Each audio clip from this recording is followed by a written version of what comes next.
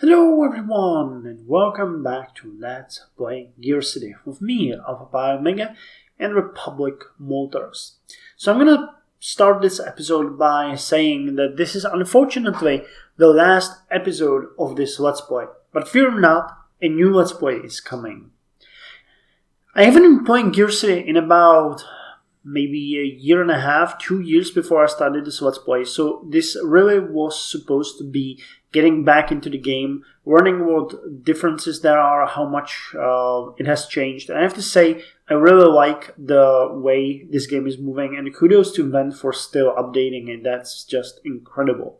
But now that we have learned the ropes together, I think I'm ready for a bit of a challenge, or a bigger challenge, and that is higher difficulty. Now, there is an incredible difference between the normal and hard, and you're gonna see that very soon.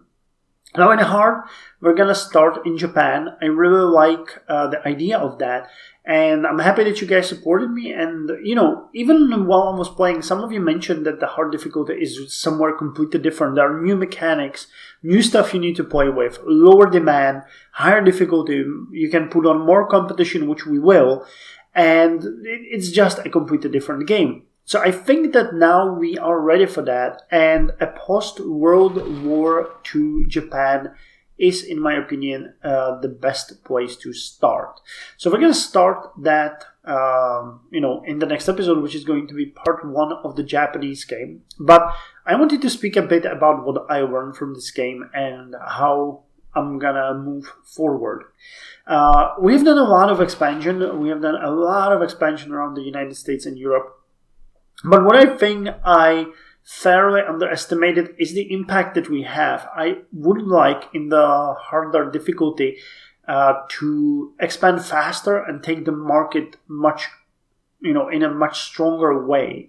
Some of the cars that you make are very similar, like sedan and luxury sedan, or even phaeton and sedan, or truck and van. They could use the same parts. You just have to design a different model, and you can do that. So that's something that I would like to move into, to make them a bit better. Now we're also going to see that the cars will get older way faster. So making new trims, new engines, advances will be much more frequent, and we'll have to pay more attention to that because your cars will get outdated very fast. Which brings me to actually the cars and what I learned designing those. Now, I really like the way that we have handled this. I like the whole generation thing. I think I'm gonna name them a bit differently. I'm gonna add the generation into it so that we can see what kind of generation it is. But I really liked how we started creating different trims, and that's, in my opinion, going to be very important in a playthrough of a country like Japan, because there's Korea and Japan, which will be very heavily developed, but then there's China, there's the rest of Asia. You can export to Europe, where you can make even better cars. We'll see how that's gonna go. So I'm gonna take that into that. I think I'm also going to specialize, as I did here, because that's not what I usually did, but I tried some of the engines, and I think I'm going to specialize in production lines, make the generations of engines, and use them, trim them, upgrade them. That kind of thing really speaks to me. It creates some sort of continuity for your cars, and I really like that. As I mentioned, the cars like Vlado and Rory taught me mostly that many of the cars have similar requirements, so we'll need to identify these and use the respective parts for those to make it work. I also like the idea of luxury projects, like we had New Yorker. This one is actually paying out, or it will be paying out very soon. So it's kind of good to have that. And I think we're going to use these as brand model sports cars. We're going to, perform in racing and stuff like that. So, that's going to be really good. I'm not entirely sure which cars we'll have to design in Asia. When you look at the body fuel type demand, it should be quite different from, Europe. Oh, actually not. Sedan, touring, phaeton, that's pretty much the same thing. Sedans are way more liked here than in North America. I think in Europe, though, it's very similar. Yeah, sedan is a bit more than European sports car, which are not that popular in Asia, but luxury sedans are.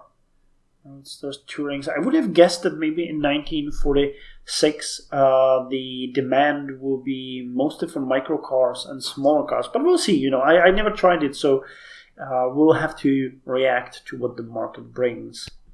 So I like the way I designed the engines and the cars, and I think we'll need to look a bit more into that. And I like the ways the engines work. I get a better handle of how different sliders work.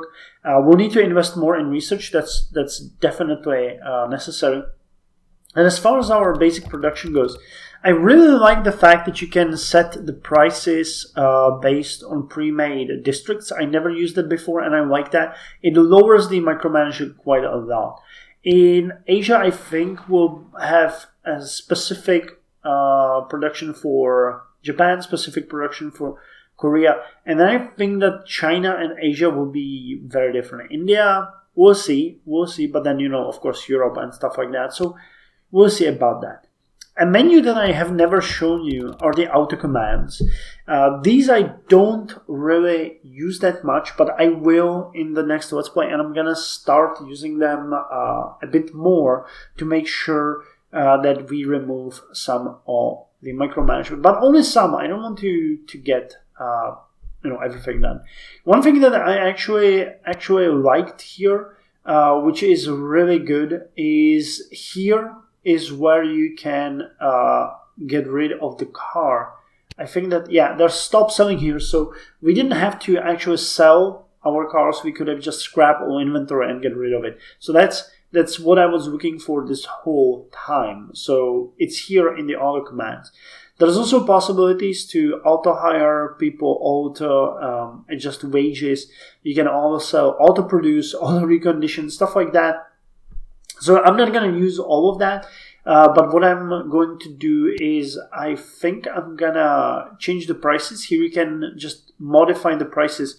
So basically we could just increase the price by an inflation every year, which is pretty good. If we set the prices right for our cars and they sell, you can adjust it each year across the board, or I'm pretty sure you can do it based on just a district. So that's very useful.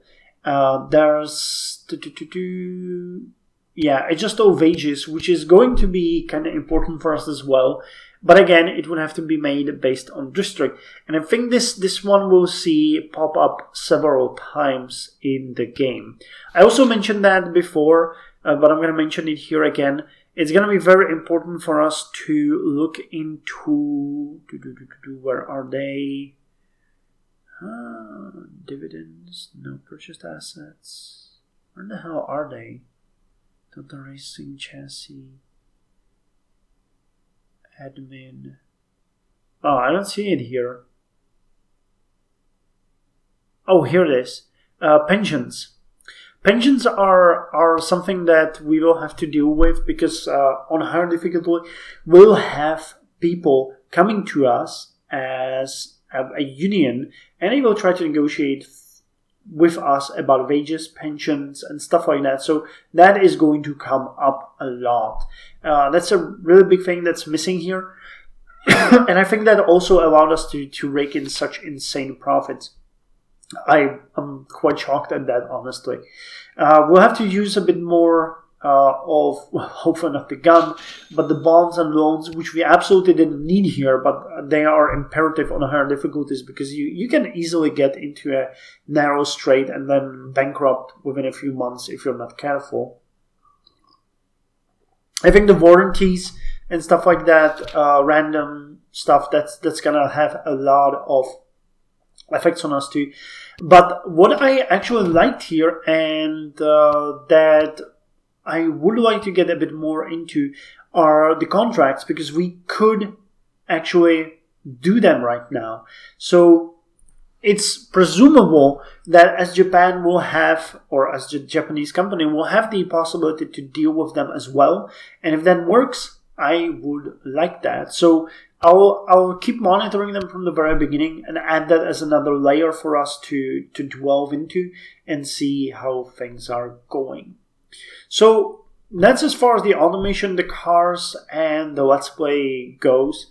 I kind of like speeding up the car production. I don't like to speed up the chassis trimming and stuff like that, because that's a very important part of the design that really cannot be sped up. But, let me know what you think. For me, it's fun to show you how I design the engines. You can always skip it, but, tweaking it and making it larger, smaller, playing with the chassis and stuff like that, that's just what I like. One thing, though, that I would like to mention at the end of this episode as a sort of forewarning, I have and I said that a number of times, I have absolutely no or very limited idea about how cars were used, designed, what was working. And some of you mentioned that I design all of my engines with supercharged, supercharged engines, stuff like that. I don't know that, now I know that it was not used until 1920s, but I don't. So if you guys have ideas about stuff like that, just let me know, but let me know somehow in a way that I can react to it. If you have any good sources of materials about cars in different periods, I would like to read it. I would like to design cars as they were in the world, but I have no reference frame. If I manage to research a thing here, in, say, engine, I'm going to use it, because why wouldn't I use it? It's here for a reason. It doesn't say here anything, and the years available is actually 1902. So I did not really come to check your claim whether the supercharged or natural aspirated were used or were not used. I don't know. I have no reference frame for it. So just let me know. I can't really reacted, but I would like to learn. I would like to hear from you. But if I don't do something realistic, I'm sorry. It might be my fault because I lack the knowledge. But yeah, okay. So that's just it. So I hope you guys are looking forward to the bigger challenge. I hope you guys are looking forward to our Japanese company. It's going to be way harder, way more difficult. And actually, I think we're going to play a bit more with the difficulty, because when we go to the main menu here, there is the preset that you can use for the game, but you can also, I think, manage this difficulty.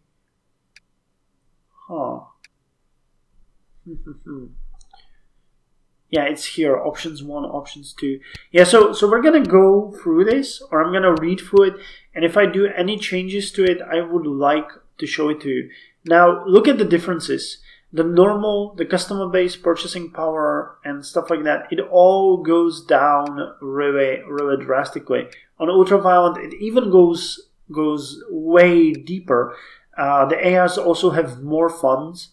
The options to the customer fluctuation, the contract unit price R&D estimated gap is way bigger, and the skills image, I think this is also way worse. So we're gonna have worse cars, worse R&D, and stuff like that. So yeah. Okay. On hard, you also have the import tax, random vehicle popularity. Okay. There's also random history here. I didn't know that. Consumer marketing. What's the difference here? Oh, okay. Everything is off. So can be fired. That's actually something good. Enable benefit system. Monopoly lawsuits and limit new branches. Okay, so I don't know what the limit new branches is, but yeah. Okay, so you see, there's a big difference. No starting factory or branch. Start with a bank loan. Yeah.